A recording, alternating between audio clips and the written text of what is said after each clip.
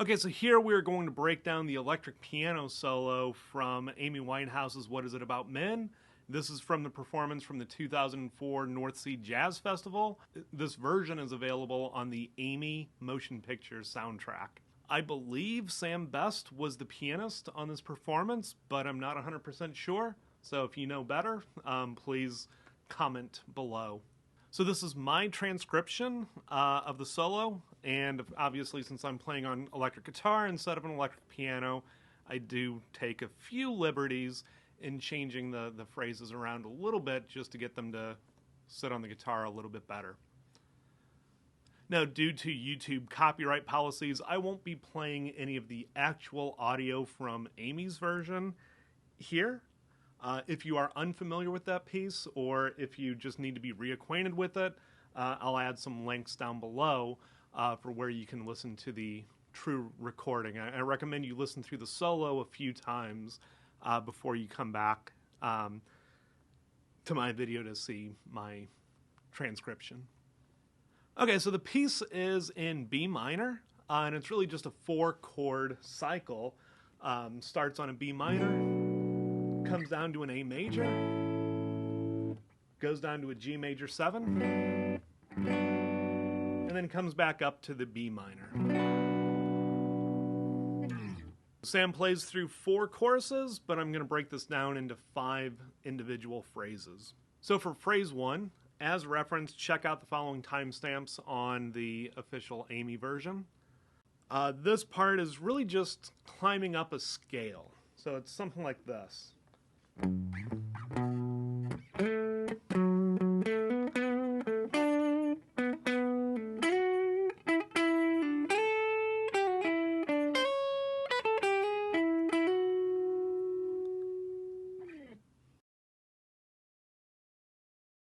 So the only thing to really be careful about with this section is knowing when to throw in certain color tones. So he starts off mostly playing a B minor pentatonic,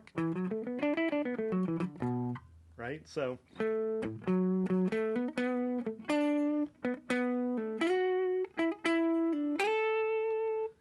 and now's the first time that he actually throws in some color tones, and he has to be careful because at this precise moment the band is down there on that G major 7. So his first color tones are being pulled from the B Aeolian scale. So he's hitting that G natural here. And then right after he's finishing that phrase, the band comes back up to the B minor chord, and Sam then comes in and hits that B Dorian kind of note, so hitting that G sharp instead of the G natural. All right, the second phrase only lasts for half of a chorus. Check it out at the following timestamps. And in phrase 2, this is when he really starts exploring more interesting harmonic territories. So the way that I'm hearing it is he's starting off on an F sharp sus chord that's being played on top of the B minor. So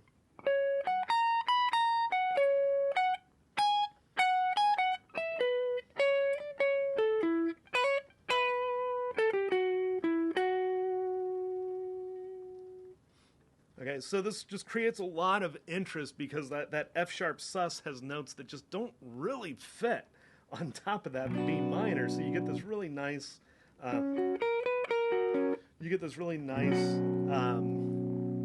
of dissonance going on. So now we're going to look at the third phrase. This phrase is probably one of the simplest to play because it's just a fairly short motif repeated again and again and again, almost repeated to the point of absurdity. Dental plan. Lisa needs braces.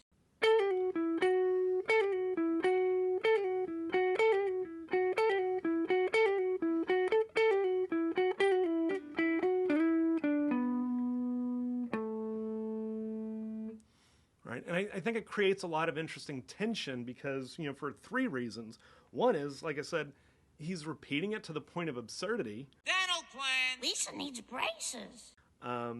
It almost makes you uncomfortable how long he stays with it. Dental plan. Lisa needs braces. Second, he even extends it beyond the bar line, so at the end of the second chorus, he doesn't give it up. He keeps going. He stays at it for a whole other half chorus after the bar line. And the third thing he does, to at least create some interest in it, is that even though melodically it's the same phrase over and over and over again, he's subtly shifting the rhythms around, so there is at least something new each time. All right, so now we're getting to the interesting part. This is the fourth phrase. This is the big out there phrase. And I've got to confess, this phrase took me forever to transcribe. Partly because it's really fast, partly because on the recording, he's got some delays and stuff on the piano, so it's hard to even hear clearly. And finally, it's just, he just has a much, much richer chromatic vocabulary than I have. So there's just things that my fingers don't naturally do that he's doing.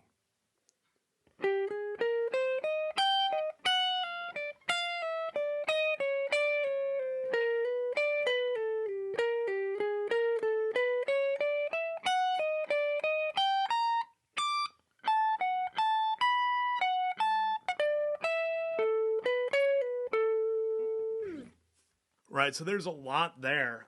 Interestingly, it's the way that I'm hearing it, he comes in when the band is on that G major, but the first thing that I really hear him play is an A flat major 7. So he's going up a half step from where he quote unquote should be. And then after that arpeggio, then you just get that onslaught of chromatics as he falls down.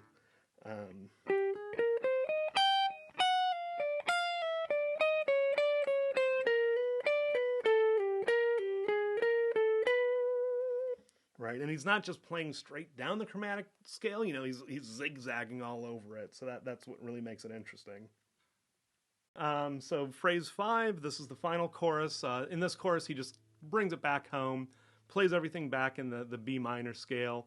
Just like the first phrase, we have to be a little bit careful about when do we play B Aeolian, throwing in the natural G, and when do we play B Dorian, throwing in the G sharp. But it's just something like this.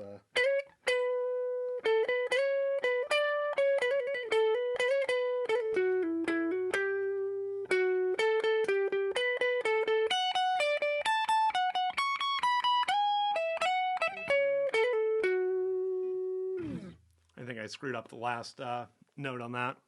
And, a lot of times when I'm playing it, depending on how I'm feeling at the moment, I might just throw in some double stops just to give it a little bit more interest.